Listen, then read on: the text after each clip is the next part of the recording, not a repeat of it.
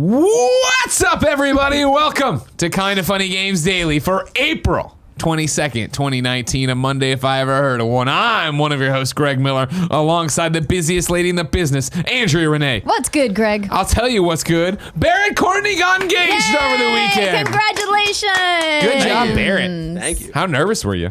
Super fucking nervous. Yeah? I was trying not to think about it all last week, and then when I had the talk with with a couple of people on Friday the day before, that's when I started thinking about it, and I got real nervous. Sure. Were you happy with it? Of course, beautiful photos in front of the Golden Gate Bridge. Yeah. Joey got like a perfect shot when I was down on one knee. I think I got the perfect shot when you were down on one knee. Well, of your selfie. Yeah. But yeah, it was super fun. And it worked out better than I thought it was. I kept replaying in my head. I was like, something's going to fuck up. But yeah, it was perfect. But she still figured it out, she says, huh? She claims she knew it was happening. I believe her when she says that. Liar. Listen, we always know, okay? If we just pretend like we don't know because we don't want to spoil the surprise and all the work you put into it. When it was happening for you? I knew that it was incoming. I didn't know the exact moment it was going to happen. But then like about an hour ahead of time, I was like, I got the radar went off. Was it just because John was acting weird? No, well, sort of. He was like pacing a lot. Yeah. But yeah, it was really sweet the way it all went down though. Sure. Okay. Good. Yeah. Well, there you go. Did Jen know? I bet she did. Well, yeah, because Jen and I were just like, you want to get married? And I guess so, yeah. And then we were like, you want to go to the Olive Garden? And we're like, yeah. Hell yeah. Hell yeah. That's how we did ours. We were boring as hell. But you know what's not boring? Video game news. And boy, howdy, do we have some today. It's Easter Monday around the world. Let me tell you, the news reflects it. But we're going to talk about some Avengers, some Fortnite, and some Assassin's Creed because this is Kinda Funny Games Daily. Each and every weekday on a variety of platforms, we run you through the nerdy video game news you need to know about. If you like that, be part of the show. Patreon.com/kindafunnygames. If you want to watch us record it live, you can at twitch.tv/kindafunnygames. There is a special job for you, of course, over there. You need to keep us honest. Go to kindafunny.com/you're wrong. Tell us what we screw up as we screw it up so we can set the record straight for everybody watching later on youtube.com/kindafunnygames, roosterteeth.com, and listening on podcast services around the globe. Housekeeping for you today. Cooking with Greggy is back. Season 2, the season you made happen on Patreon, is up right now. Early access, patreon.com/kindafunny. You can wait till tomorrow. It'll be up on youtube.com/kindafunny for free as well. Today, actually, the IGN Esports Showdown goes live. It's on IGN at 2 p.m. Pacific. You can watch later if you're listening later. This is the one where me, Golden Boy, show up, and then a bunch of hacks from the WWE, like Xavier Woods and Kofi Kingston, come around, and they play Mortal Kombat. Hacks. But you're there for me and Golden Boy, I understand. Remember, Vancouver, that you're the next Kinda Funny World Tour stop. We're rolling up to you May 4th. You can find out all the information at kindafunny.com/events. Thank you to our Patreon producers, Tom Bach, Blackjack, James Davis, and Mohammed. Today, we're brought to you by Quip, Experian, and Brooklinen. But I'll tell you about that later. For now, let's begin the show with what is and forever will be the Roper Report. Time for some news. 2 items on the Roper Report. A baker's dozen! Barely. First one, hashtag Fortnite Cross Avengers. It's happening, Andrea. Today, Fortnite tweeted out, whatever it takes, 4/25/19, hashtag Fortnite Cross Avengers, and then an image of what looks to be Bright Bomber with Cap's shield in an Avengers-like thing with the little FortniteXAvengers thing there. I'm excited. Yeah? You gonna jump back in? Here's what I will do. Well, here's my hope. Seeing Bright Bomber with the shield, I'm hoping it's just costumes and cosmetics and stuff. Because yes, for as little as I play Fortnite today, I binged really hard during Christmas break and I haven't been back since. But that seems to be how it runs with me. I will gladly tomorrow turn on and give them all sorts of money to get Iron Man skins, to get Cap skins, to get all these different skins. Not tomorrow, I guess, on the 25th. Does this do anything for you? No, but then again, I've never been a battle royale person. Sure. And I haven't revisited Fortnite Save the World mode in quite some time. Yeah. So I think this is great. Obviously, when they brought Thanos in previously, was incredibly popular. Yeah, last year they had the Infinity Gauntlet mode out there that I never did. I always I want to get to it. I imagine they're bringing that back. You'd like to think so. Yeah. Why not? They've already built it. I mean, because they're Fortnite and they're crazy. What do they care? Well, yeah, sure. We spent a whole bunch of time and resources making thing. We used it for like 3 days a week or whatever it was. Now we never use it again. No, they're definitely going to use it again. Donald Mustard burns the files in front of you. Puts it on a USB, burns it. That's how Donald Mustard rolls. It's true. You're right, yeah. badass. I hope. I bet it'll be back too. Yeah, as well, I mean, 25th. why wouldn't you? I don't think that they would probably put too many more gameplay changing cosmetic things in there because then you have to balance it. And that was my thing. So yeah, I'm sure these are all just skins. I think at best, I don't, and I'm not, whoever. I mean, the fact that in the image, Bright Bomber is holding the shield makes me question everything. Because maybe it is a new mode. Maybe it is a different mode where, we are running around and there are no guns to pick up. It is just Avenger weapons. I don't know. They could get nuts. Obviously, it was a huge success with the Thanos mode last year when they did that for Infinity War. What they'll do this time around, I don't know. In terms of cosmetics-wise, though, I just want the suit to look like Captain America's suit and then the back bling to be the shield and be small, obviously, not too big, not overbearing or whatever. Right. I think that's how you could get around it and not break it like you are. If they were to go the full 9 and like, hey, here's Avengers mode, do all this different stuff, I'd be about that too. But I don't know. We have to wait till the 25th. Probably. I guess so. I'm sure somebody will leak it beforehand. I think it'll be cool to see the new Avengers costume that we saw in the trailers. Oh, the red and the white. Yeah. That would be a cool you have like the 24 hours to buy it in the store or something. Yeah. Can you guys 24 hours? Jeez, that's a short window. I'm Donald Muster. I burn the files. I don't know. You've seen him over there. He doesn't care. He doesn't live by your rules, Andrea. He doesn't, but I'm sure they would want to make as much money as possible, as does Marvel. It would be more like the NFL skins, right? Where the NFL skins were up for quite a bit. Yeah. Like when you wanted to go in to get your teams. That wasn't the normal 24 hours rollover time. I can't wait. Can you guys believe it's this week? We've made it. I'm so excited. We're right there. Dude. Endgame. My rewatch is complete. Yeah? Oh, did you do it all? Ready to go? No, not. I didn't. I skipped phase 1 pretty much altogether. Sure. And then cherry picked phase 2. Gotcha. But yeah, I just finished Infinity War a couple days ago. Yeah, we just watched Infinity War again over the weekend. So glad I rewatched that, Yeah. like from start to finish, Yeah. because I've been kind of watching it here and there. And then there was some key little pieces of dialogue that I missed. Andrew, let me ask you a question. Yes, Greg. Where the hell's the Avengers game? What is going on? From Crystal Dynamics and Square Enix? Bear, give me a Google. I'm bad with the dates. I feel like we saw that trailer forever ago. When did the Avengers trailer drop?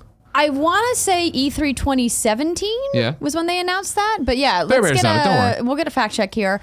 I have to imagine that they've been waiting until Endgame was across the finish line, and we'll probably get a big reveal either in May or at E3 in June, because then it's time. That does line up nice, doesn't it? Because they don't want to necessarily tread into potential spoiler territory about what happens if they're trying to make it, canon with what's going on with the MCU. Oh, they are not.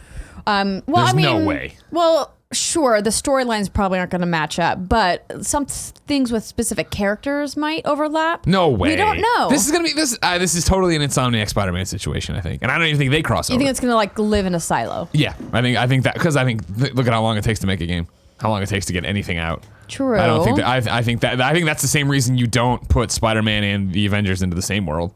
Because I feel like that then... It gets too complicated. Well, in Spider-Man, New York said this happened, and then yours, there's no Harry Osborn. Like, shut the fuck up, nerd. I'm just trying to make a game. Barry, what do you got for me to release trailer? January 26, 2017. January 26th, 2017. Yeah. Was this out of the blue? I felt like it was reveal?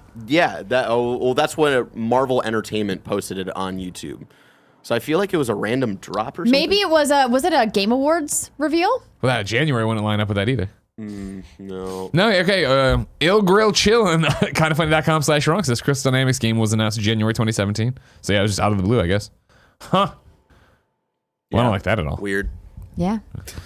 So I guess that's the thing. I like your idea of, and I like the idea in the line of thinking of. Okay, cool. I do think it's completely different. And Barry, give me a fact check on that. Has anybody ever said anything about it being outside of the MCU? Because I assume, just like Spider-Man, it would be. I digress. Greg Miller's telling you it's not going to be.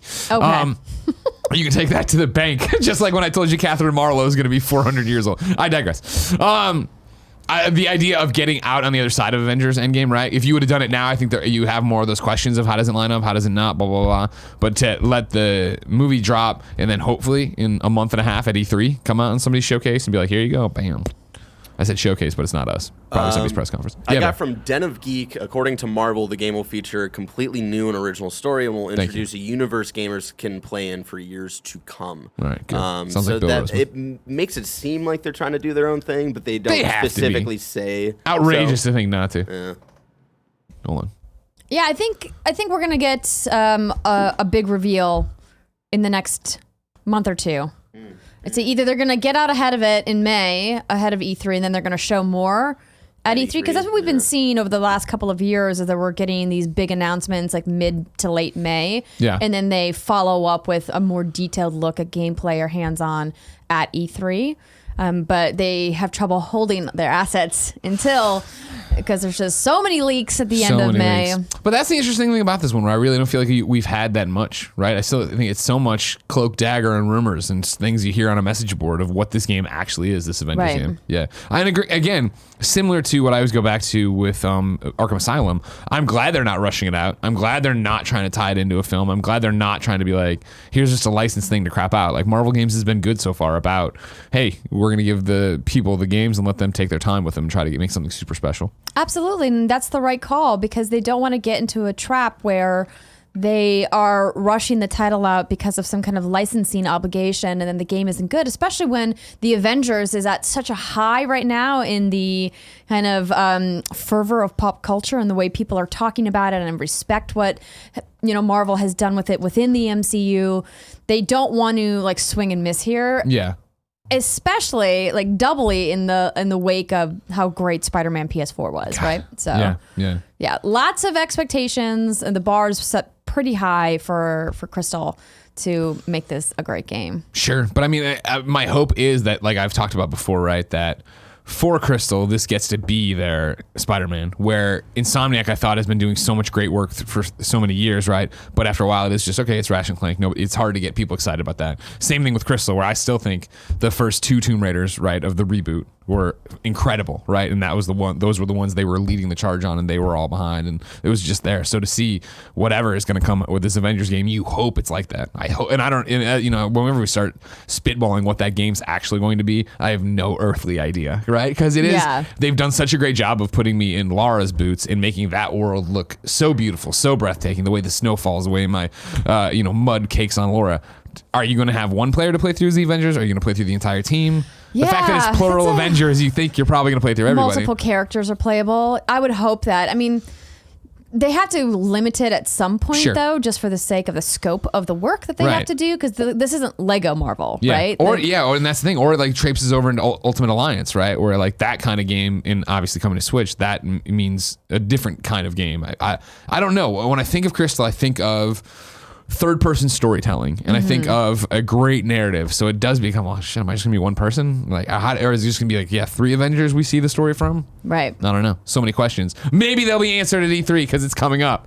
Don't let the fact that nobody's going to it get you, down on E3. Still a lot of things happening around there. I'm sure things will happen, right, Barrett? Sure. Thanks, Barrett. Always helpful. But even more exciting, I am super stoked to find out what happens here on the 25th with this mode. In kindafunny.com/you're wrong. The nanobiologist chimes in and says, to add to the Infinity Gauntlet mode, per Fortnite Insider, data miners have found changes to the Infinity Gauntlet mode in the past couple of updates. So new version is likely to appear. That's great. I also want costumes. Give me cool costumes. Barrett, are you playing Fortnite anymore? No. Would you jump back in and buy these costumes? I wouldn't buy costumes, but I want to check out. I want to check out like the mode. We never did a party mode or anything for it last time. You know what I mean? Because Andy's not good at his job. But this time, I think he did a lot of streams of it, which I thought that was weird. Yeah, for his own self. Because it's like, wow, you can do it at home, but you can't do it for kind of funny. And then he made money off of that. Yeah, right. Yeah, it's really weird how he does that a lot of times. Right? Let's do a party mode. Oh, you know what? I'm canceling party modes today, and then he goes home and he plays it. Or when he's sick and he stays home from work and then he plays at night. Yeah, it's weird that Andy does that. You know what I mean? Yeah. Number 2 on the Roper Report. Assassin's Creed Unity players review bomb Steam page with positivity. This is from Eurogamer via Wesley Yinpool. Assassin's Creed Unity is currently getting the review bomb treatment on Steam, but this time it's a little different. This week, Ubisoft gave Unity away for free for a limited time following the devastating fire at Notre Dame de Paris, and donated €500,000 to the restoration effort. Unity is, of course, set in Paris, 1789 amid the French Revolution, and features a virtual reconstruction of the famous medieval Catholic cathedral. Quote, Ubisoft wants to give all gamers the chance to experience the majesty and beauty of the cathedral through Assassin's Creed Unity on PC, Ubisoft said. We encourage all of you who want to help with the restoration and reconstruction of the cathedral to join Ubisoft in donating. Now, Unity's Steam page, which sits on a mixed overall user review rating, has a very positive recent review rating after hundreds of positive reviews were left from April 16th. Quote, thanks Ubisoft and Assassin's Creed Unity for giving us the opportunity to appreciate what Notre Dame used to be, reads one review. God bless France. Quote, I just finished Unity literally the night before the Notre Dame fire, reads another by Steam user, an actual cat. Quote, besides being absolutely devastated for such a historic loss and even shedding a tear for it, I also kind of felt close to it because, quote, I was just there the night before. I know it sounds silly. For many, many years to come, we will only be able to see Notre Dame in its true glory on pictures and live it in Unity. That's a nice story for a change. It is. Normally, we, of course, are very much against review bombing here, but the idea that they're raising the positivity on a game that was really kind of not the best in the Assassin's Creed franchise because they support the work. Yes. Yeah. I actually really enjoyed it. I mean, we had that weird, 4-player co-op mode with the Assassins. This is if you're just joining us or just lost in it. Assassin's Creed Unity was the first one that was next gen. This is the one that was for Xbox One, PlayStation 4 developed for it, and then it was Rogue that was on the current gen systems that year. Yeah, they released Rogue for PS3 and 360, which I heard was great, and I never played. Yeah, and you can play it on the current generation now. They re-released it, but. So this is a great story, and if I do encourage you, if you guys haven't, I believe that deal to get Unity for free is still running for another couple of days. Bear, give me a good fact check on that. And so if you guys haven't tried it, you want to. Yeah, that was the interesting thing when obviously everything was happening at Notre Dame on that day and we saw it all happening. There were so many tweets about the fact, like it was one of those things that people were like, oh man, well Ubisoft, we know they pulled out an article from the art director. There was one person who worked on Notre Dame, right, for I think she said 80% of her time on Carolyn, yeah, no, I got to interview her in Paris when we did a tour together. I was part of that press trip. And I went on a mission to find that interview because we sat down with her for like 20 minutes and I got these really great images. And it was one of the best videos that I think I've produced. And I've been covering Assassin's Creed a long time. And it's gone because Defy Media deleted it from the internet. And it made me really sad. You can get Unity for free until the 25th. Till the 25th. Excellent. Thank you, Barrett. Yes. Thanks, Weber. But yeah, it was great. She was amazing. She spent so much time just recreating it. And so the inside, obviously there are certain things that are copyright protected, pieces of art and things like that they had to change out, much like Massive had to do with DC in the Division 2. And so it's a faithful of a recreation as they could legally do. And I think that was the idea that was spreading around on the day of the fire, where one person said, oh, I know they did this, they have all the digital things, I wonder if they'll be able to share that. And then it kind of spread around that was the thing. But Ubisoft got in front of it like, no one's contacted us, but we would be. We're happy totally to help. be open to it. Absolutely. It's weird. I don't know. For somebody who's grown up with gaming, I feel like it's so weird now to see us cross over in that way, where it is that something like a natural disaster, or not natural disaster, but a disaster like this happens, right? And one of the best resources is going to be a game that was out there. Mm-hmm. That's awesome and cool. Just unexpected, I feel like, to see the art form and the industry on that level now. Well, I think there are very few studios who are taking the time and the dedication to actually do that historical research. Sure. Ubisoft studios have been doing that for quite some time now, and I have applauded them for that for a really long time. What I love is that they're taking it one step further, what they did with Assassin's Creed Odyssey, and putting the educational mode inside the game, saying, if we're going to have these IP researchers who are spending years of their life working on historical research that we're going to incorporate into the game, why not take it one step further and actually make it educational? And I think that they absolutely deserve to be applauded for that. I would love to see more studios do that. I think it's a nice blend of taking something that is a real world object, a real world place, and blending it with a fictional place as well. So, hats off to them for sure. Yeah, that was such an interesting thing when they did it with Origins, right? Of let's go through and see how you can relive the pyramids and the Egyptian age. And I heard the offhand comment here or there, but I'd love to know how much that was used and how many people actually did bring it into school and show it off that way. Yeah, which educators are using it. Right, yeah. Yeah, and thank you for correcting me. It was an Origin, not an Odyssey. That's what I got you. Don't worry, that's why we're team. Don't you're wrong me about it. Don't do it! Greg already did it. It's all good. Everybody's trying to correct my pronunciation of Notre Dame. You said Dame once, but it's I know, fine. yeah. Well, it's because I'm thinking of Notre Dame. Like, you know what I mean? It's easy. Kebabs, though, does have it funny. The Dame in Notre Dame is pronounced like Greg says Dom in Fast and Furious. Dom! Notre Dame! Perfect. Andrew. Yes, Greg. What's your favorite historical video game? Oh, man. That's a tough question. Favorite historical video game? Well, I had a soft spot for Assassin's Creed 3. Sure. Because it touched on the American Revolution. And I think that's an area of history that we haven't seen a lot of games delve into. Even though I thought the gameplay of Assassin's Creed 4 Black Flag was better and more fun. Yes. Yeah. I really liked what they did with AC3 and how they, recreated some of these old colonies and these settlements. You kind of got to see a look at where, pre-America was, like what it was, and some of those conversations. Like I remember the mission with Benjamin Franklin, and so that was a really fun one. Things that maybe Ubisoft hasn't done that were historical. I don't know. I don't play like a lot of like old war games. I know like obviously World War II is one of the most popular historical events that we've seen represented in the world of video games. What about you? Do you have one? No, I think that's the easiest thing is when I fall back and think about it, it's going to be Assassin's Creed. And I think that's not surprising in the way that that's currently the game that pushes it the most, right? I think you can talk about like Battlefield 1 did a great job with its, war stories and the vignettes and things like that.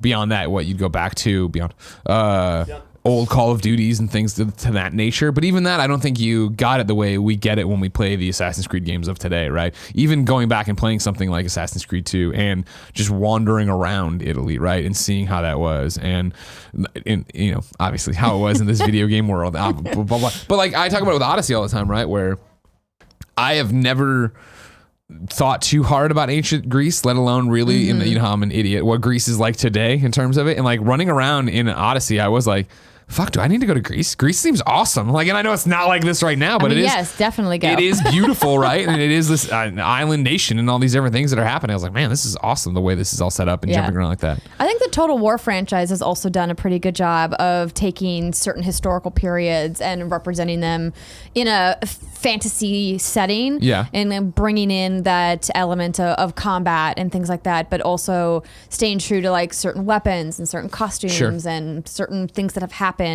in the individual settings that they've chosen for that franchise over the last decade. Yeah, strategy games do it well in terms, and I think that's part of it too. The fact that that there you can moment-to-moment gameplay isn't as important, right? As you start going back and we start to worry about muskets and a 5-minute reload, it gets a little bit different, right? But when you're doing it in terms of how you're making all your systems balance out against each other, it makes more sense. Yeah, indeed. Andrew. Yes, Greg. I can't wait for more historical games, but they're still so far away. If I wanted something more immediate, like say what came to the mom and pop shops, where would I go? Why, Greg, you would go to the official list of upcoming software across each and every platform as listed by the Kinda Funny Games Daily Show hosts each and every weekday. Yeah. Out today. Jupiter and Mars on PlayStation 4/PSVR. You can play it in either mode. Roblox on Switch. Then, ladies and gentlemen, from Adam Nickerson himself. Oh, shit. Ding Dong XL comes to the Nintendo Switch. Woo! Congratulations, Adam. A Kinda Funny best friend. A game on the Kinda Funny Games cast. Jared introduced us to. We all bought, and then I immediately started pressuring him to put it on Switch, and he has done it. It is on Switch. I have it on my phone too. I remember. Well, you gotta buy it on Switch now. Kinda Funny best friends. Ding Dong XL is on Switch. We made that happen. There are Kinda Funny logos in the game. You need to go get it. We don't get paid, but for the record, this is not an ad. He's not sponsoring us, and we get no kickback for our logo being in the game. But Adam's a true Kinda Funny best friend. He made this game. Everybody go get it. I have a ton of codes I'm going to be giving away on Twitter, so follow me there, and I'll figure out at some point in the afternoon how to do that and why I should do it and when I should do it, but I don't have that information right now because I'm a dum-dum. Lantarium is on PC and Mac. Rescue Team 6 is on PC and Mac. Zombotron is on PC and Mac. New dates for you. Kingdom Hearts has an update over on Twitter. It says, greetings. It's been a while since I last posted. Spring is here, and I hope everyone is doing well. Hashtag Kingdom Hearts 3 long-awaited critical mode is available as a free update tomorrow, and they put PT in there, so Pacific time. So tomorrow, everybody, Pacific time, go on. Get your game on. You know what I mean? That's what I'm saying.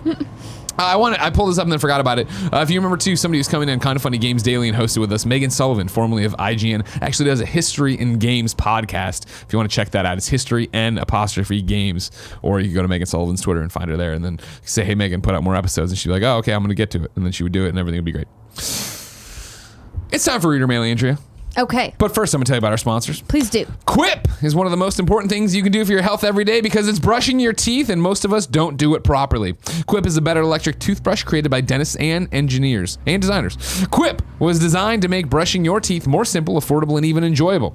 People brush too hard, and some electric toothbrushes are too abrasive. A built-in 2-minute timer pulses every 30 seconds to remind you when to switch sides, helping guide a full and even clean. Up to 90% of us don't brush for a full 2 minutes or don't clean evenly. A multi-use cover mounts to your mirror and unmounts to slide over your bristles for on-the-go brushing. It declutters your sink and cabinet because you don't have to worry about a clunky charger. This thing runs for 3 months on one charge. Brush heads are automatically delivered on a dentist-recommended schedule each and every 3 months for just $5. Quip is one of the first electric toothbrushes accepted by the American Dental Association and has thousands of verified 5-star reviews, like my review that I'm 5-star verifying right now. Because I use my Quip all the time and travel with it all the time, and I love my Quip. Same. Everybody? Yeah. Because Nick and Tim do it too, and I think Gia. I packed my luggage this morning. Quip is in there. See, and that's what it's just. You fly it over. All right, good. These are not. Again, we really like it. Quip starts at just $25, and if you go to getquip.com/games right now, you get your first refill pack for free with the Quip electric toothbrush. That's your first refill pack free at getquip.com/games. Our next sponsor is Experian. You know, the better your credit score, the easier it is to get the stuff you want, or the less you have to pay. So the question is, why is it so hard to raise your score? Now it won't be, thanks to Experian. They've launched Experian Boost, a brand new way to instantly increase your credit scores for free. A higher credit score can help you establish and get access to credit and preferred rates for things you want and need in life. Experian is on a mission to boost America's credit score, which will help millions of people across the country build and get better access to credit. People all across America have already raised their credit scores using Experian Boost, and you should too. For the first time ever, paying your utilities and cell phone can instantly improve your credit score. Experian Boost works by giving you credit for the bills you've already been paying through your bank account, like water, gas, electric, cable, and cell phone. It used to take months to see your credit score rise a point or two. With Boost, you can increase your credit scores instantly. Boost is free to use and only available from Experian. Up until now, you've been paying your utility and cell phone bills and not getting any credit for it. Now you can. As you know, Andrea, credit scores, they stink. I hate it. But they're incredibly important, Greg. So even if you're mad about them, you got to be conscious of them and take care of them. And that's the thing. It's one of those adult things you have to focus on. So now Experian's out there trying to make it easier for you. I can't believe it's taken this long for someone to do this. What are you waiting for? Experian Boost can potentially help you establish or increase your access to credit. Boost your FICO score instantly for free. Boost is only available at Experian.com/KF Games. That's EXPERIAN.com/KF Games. And finally, our sponsor, Brooklinen.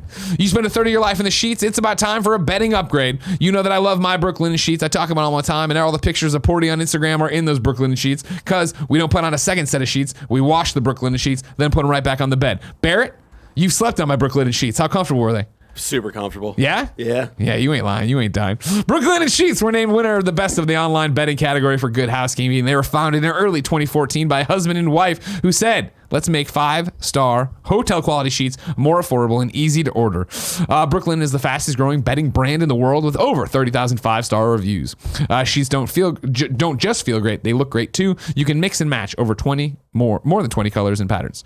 I've said it before and I'll say it again. You know it. I love these sheets. You should get them too.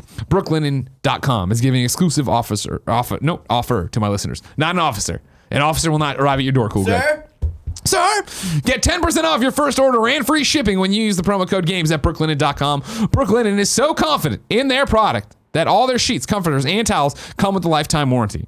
The only way to get 10% off your first order and free shipping is use the promo code GAMES at Brooklinen.com. That's BROOKLINEN.com. Promo code GAMES. Brooklinen. These really are the best sheets ever. Andrea. Yes, Greg. 2038 Pokémon CEO writes in to patreon.com/kindoffunnygames and says, Greg and Andrea, today is Earth Day. as content creators, do you guys ever consider the carbon footprint you are leaving? From traveling, studio power, printing when they work, materials from unboxing, etc. A study from the Journal of Industrial Ecology analyzed the carbon footprint of games distribution in the UK in 2014. Parentheses, outdated, I know. Quote, researchers discovered that the creation of a single physical 8.8 gigabyte video game for the PS3 produces 1.20 kg of CO2. In contrast, the CO2 emissions from downloading a digital copy of the exact same game is 2.27 kg of CO2. This is a 53% increase in carbon emissions from downloading. Electricity is the reason for this discrepancy. Because the latest generation of gaming consoles consume is what it means. Around 10 billion kilowatt hours, note this is PS3/360, of electrical annual, the downloading of a single game by millions of players leaves quite a large carbon footprint. Take into account most gamers leave their consoles running for extended periods of time, end quote. To not keep you here all day, what are you doing in your position of being a content creator? This is a really great question. It's something that I think a lot of people don't think about on a day-to-day basis. What is great about where we live, Greg, at SFO, San Francisco International Airport, is they have a carbon offset program. Right. So for people like us that travel all the time, like for example, I'm flying down to Los Angeles today to go to GameSpeed Summit, you can purchase carbon offsets to help reduce carbon emissions in other areas to counteract the carbon that the planes are putting into the ecosystem. I know many major airports around the country are doing carbon offset programs to kind of get people in the mindset that, when you take an airplane, you are putting more, greenhouse gases into the atmosphere. It's not just about driving. And because we don't have time to drive to all these places. And so I think it's great that, that's an option for people to look into. And it's just a couple of bucks. For example, my offset from San Francisco to LA is just $2. And then it helps reduce all of the greenhouse gases that Where do you do it? So there's a program. So the SFO website has all of the details where you can sign up, and then they have a calculator. So you can say like, hey, maybe if I'm going home to Chicago instead, the offset's going to be a little bit more expensive because it's a longer flight. Sure, yeah. And then you purchase that, and then the way that it works is that they invest those funds into programs that are trying to permanently reduce the amount of carbon in the atmosphere. And SFO overall has a goal of reducing their greenhouse gas emissions by 50% by 2021 and then becoming carbon neutral, I think, by 2030. I'd have to double check the dates here. Let me look at So the Good Traveler program is the name of it. Gotcha. Leave no trace is their slogan. So the strategic plan from 2017 to 2021 is the goal of carbon neutrality in the operations that are directly under the airport's control. So reduce emissions by 50% by 2021 and reduce remaining emissions through carbon offsets to make operations carbon neutral. So that was a great answer. I got jack shit. I don't know. You know what I mean? I never thought about it until Pokemon CEO wrote in here. You know what I mean? I think a lot of people don't think about it because I think you assume because so many hundreds of people are on each plane and you're carpooling with my giant air quotes here, that you're actually doing a better thing for the environment than all of those hundreds of people getting into a car and driving the same length. But it doesn't work that way because the way that jet fuel burns is different than the way gasoline does. So. Sure. Interesting. You had answers for everything, Andrea. You are the busiest lady. It's just smartest one. What about you? You're trying to save energy at home. Now, granted, again, these are outdated stats because it's for PS3, 360, 2014. Oh, absolutely. So that means changing all of your light bulbs to LEDs, to using power save settings on all of your electronics, to making sure that you're using the lowest settings possible on your thermostats. There's a lot you can do to offset. And then what's great about the Bay Area is they have a very aggressive recycling and composting program I recycle it all the time. Which is fantastic because a lot of people in many parts of the country don't have access to a composting program in particular. And that really, helps contribute to greenhouse gases, all this food waste going into landfills across the country. So, do some research in your hometown and figure out what your recycling programs are, what kind of composting you can do at home in your own yard.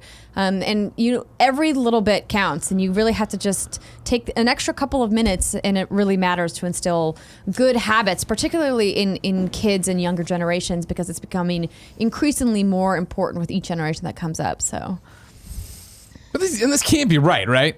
Well, it's got to be. They got to be going skating around the issues here, right? Researchers discovered that the creation of a single physical 8.8 gigabyte video game produces whatever, and then it's more for producing the download. We gotta be talking about producing the disc, right?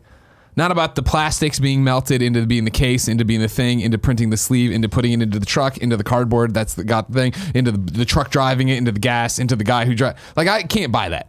They've got to be playing fast and loose with the rules here, right? So there is a little bit of like data science that may be fudged a little bit here. Not even fudged, but I mean very specific. We're talking about how much it costs to make a disc versus a download. Right, but I think the overall carbon footprint is the thing to remember here. Something that I always stuck with 100%. me is a friend of mine worked for JPL, Jet Propulsion's Laboratories, and so he has the long history in mechanical engineering, and he told me one of the research divisions that they were looking at back when Hummers were a big thing and everyone in America wanted to drive these giant SUVs.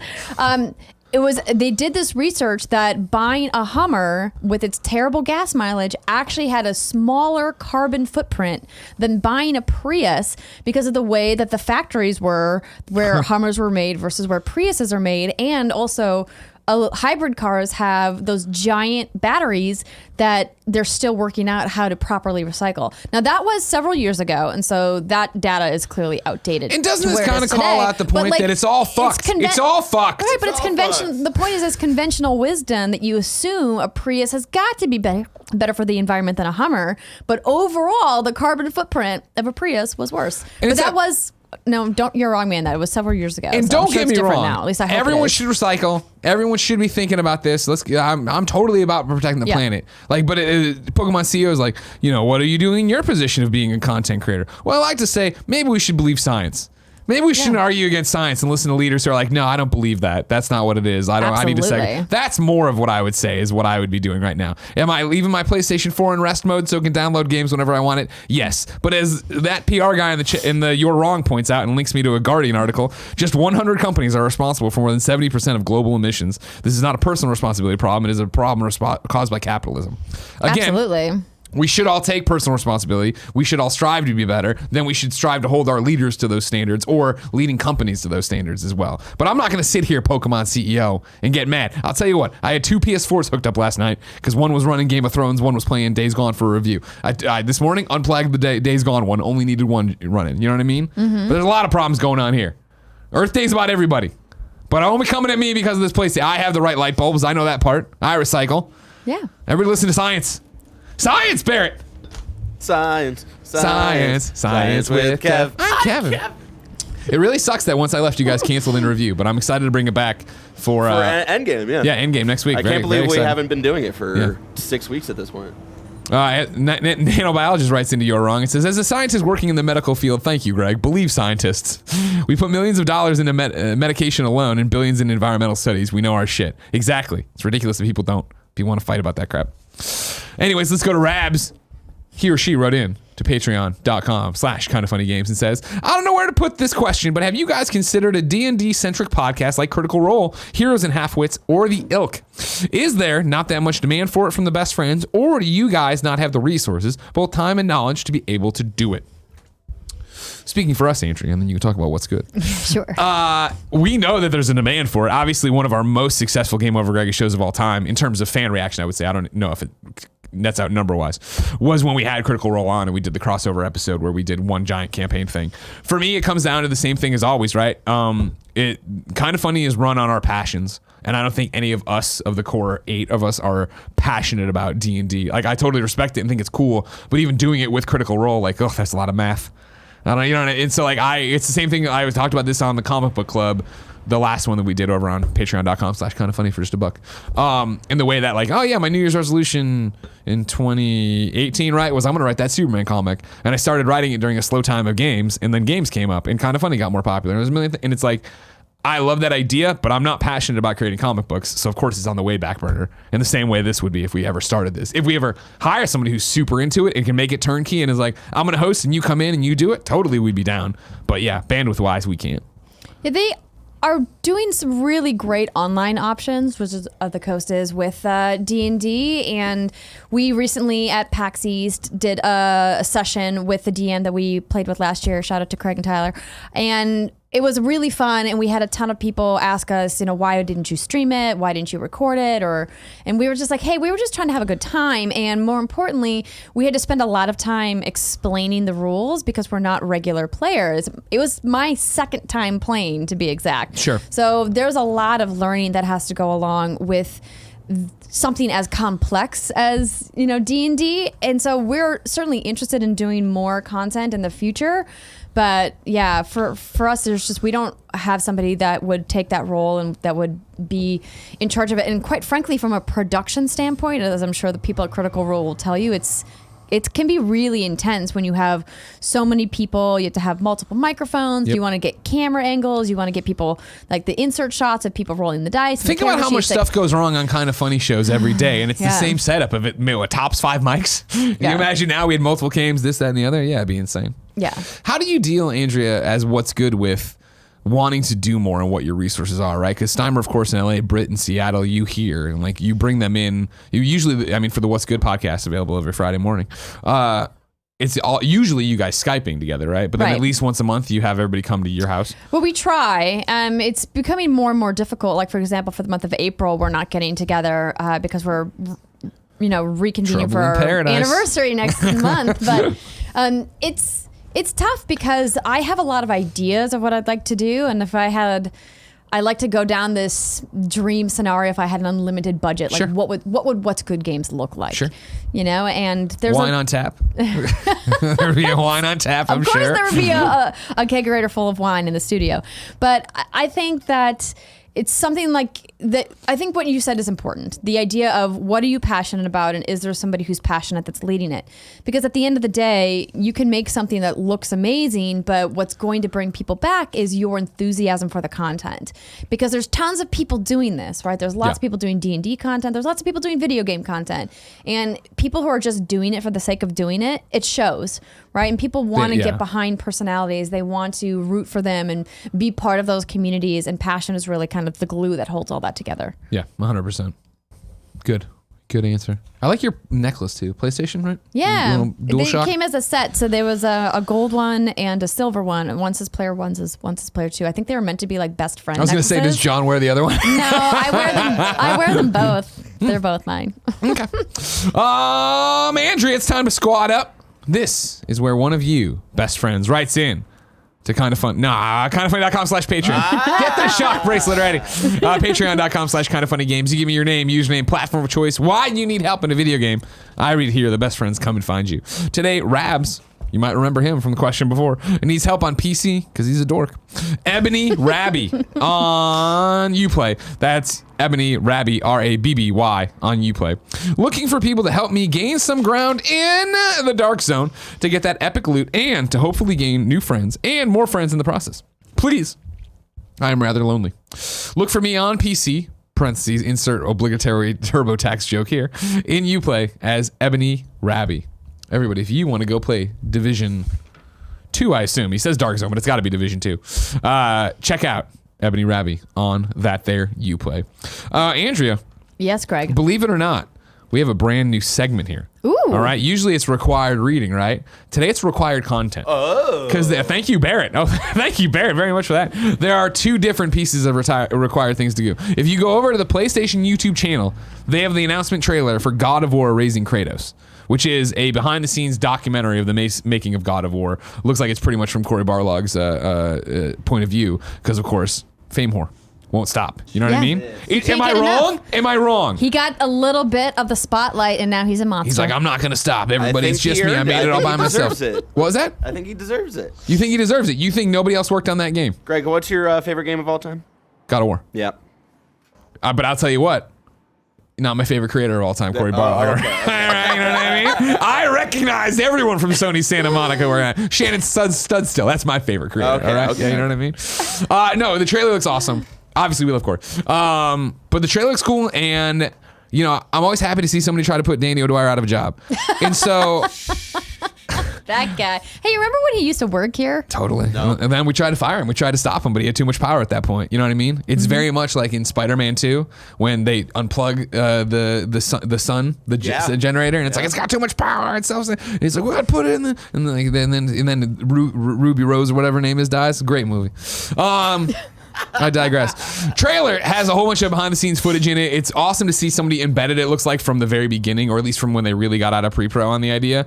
And I'm stoked to see what this actually is. This is a huge move for PlayStation to do this and try to own that content and have access that clearly only they could have, right? Like, that's not something they're going to let usually IGN or somebody else be embedded in from that long. True. So I'm stoked to see when it comes out. It just says it's coming soon. But it was actually funny watching it. I totally forgot about how the E3 reveal for that played out in 2016 of like when Kratos got revealed and they have like crowd footage of people going crazy. When the trailer ended, I went and watched the kind of funny reaction to it just to see what it was like. Again, it's funny to go back. It's like such a trip to go back and not know what that game was, but see already what the teases were going to be for it. Yeah, I think nobody saw that game coming, right? Yeah. How amazing it was and what a masterpiece of video game making it was. I think everyone was excited that they brought God of War back, but Kratos as a character sucked. He sucked. Yeah. And like the previous games weren't, like super compelling from a narrative perspective. I thought obviously they've always done really interesting stuff from gameplay and with loading and cutscenes and all that, but I mean, I personally wasn't really looking forward to playing as Kratos again after, my experience with God of War 3 and like whatever God of War Ascension was. So I'm so happy that studio was able to turn that franchise into something fresh and something new and really kind of breathe new life into it. And I can't wait for God of War 2. Yeah, it was a God of War weekend. Of course, they showed it was the anniversary, so that was a big deal. You saw people tweeting about that. Again, something I just don't feel you see PlayStation or developers really do, but celebrating like, hey, it was a year ago. Happy birthday, God of War, and all this different content. And then, of course, our friend of the show, co-host before, Lucy James, over at GameSpot, put up the first one of her new video series that's like creators talking about what's going on behind it, and it was Corey talking about God of War with the Madden telestrator, circling things and talking about it stuff. So go check that out on GameSpot. But required viewing the announced trailer for God of War Raising Kratos, and then a required reading, Luke Riley over at IGN, headline, Riding with Red Dead Online role players was my best ever multiplayer experience. Luke has this great piece up over on IGN where he got in with the Reaper Lords, right? Who's the president of the PS4 charter of the Reaper Lords, a GTA Online MC club that has since mostly migrated to Red Dead Online. He talks about what it's like to play with these people and how I just want to read this. This is the opening once he gets out of his thing, right? He opens with a quote from Dirty Wonka, the president of that thing. He goes, "We tend to ride in 2x2 formation just because it makes a bigger impression when we ride into town. We won't shoot at anybody unless they raise a weapon in our direction. In which case, we will blast the fuck out of them," he adds with a chuckle. Like, and then Luke's got these images of them like riding in, like, and they're just in this perfect 2x2 formation as they walk into this town. It's like, that's awesome. Video games on another level. Same thing when Fallout 76 dropped and people were running around that world, role playing very specific. Oh, there's no NPCs? I'll be an NPC. I'll give out items. I'll do this. I love this idea, and I love Luke's write-up of it. So highly recommended over at IGN for that. It's a longer read. Very, very worth it. And I like the subhead too. Only 1% of applicants make it into this tight-knit posse. 1%, Andrea.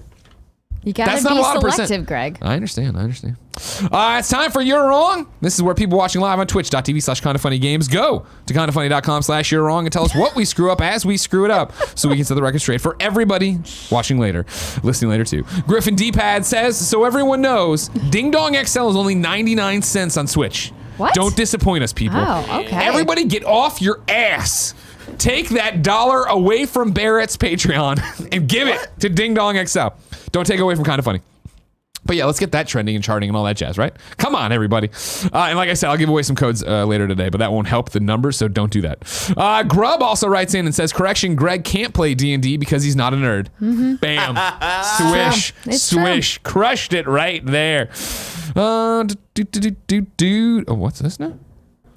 Zaire says new dated Luminous Remastered is getting a limited physical edition on PlayStation 4 and Switch with pre-order starting April 26th. Very interesting. Very interesting. That's a rumor, Fendi. I heard about it too, but I don't trust it yet, and we'll see what happens. I'm gonna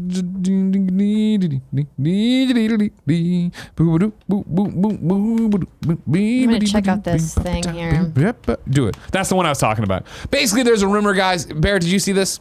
Where were we? The release date of what? Outlaws. Oh, Outlaws? Oh, yeah. You don't believe it? You don't want to believe it? It's been going around the Arkham subreddit, and there are a bunch of people saying it's fake. So, how many times we got to be burned by these Rocksteady people? They clearly don't know how to make games, and they're not making any games anymore. They do know how to make games. It's over. And then, do you know what the reference to the title is?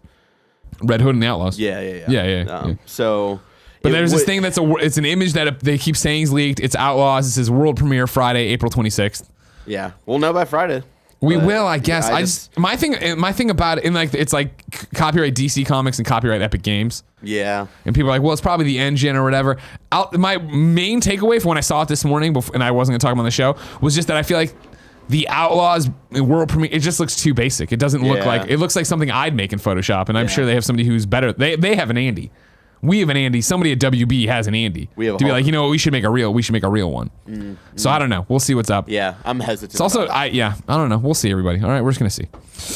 And that's good enough. Nothing else is wrong. Ladies and gentlemen, this has been Kind of Funny Games Daily. Each and every weekday on a variety of platforms, we run you through the nerdy video game news you need to know about.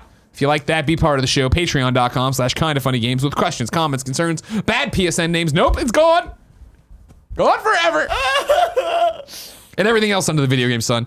Then watch us record it live. Twitch.tv/kindoffunnygames. Watch it later. YouTube.com/kindoffunnygames. Roosterteeth.com. Listen on podcast services around the globe.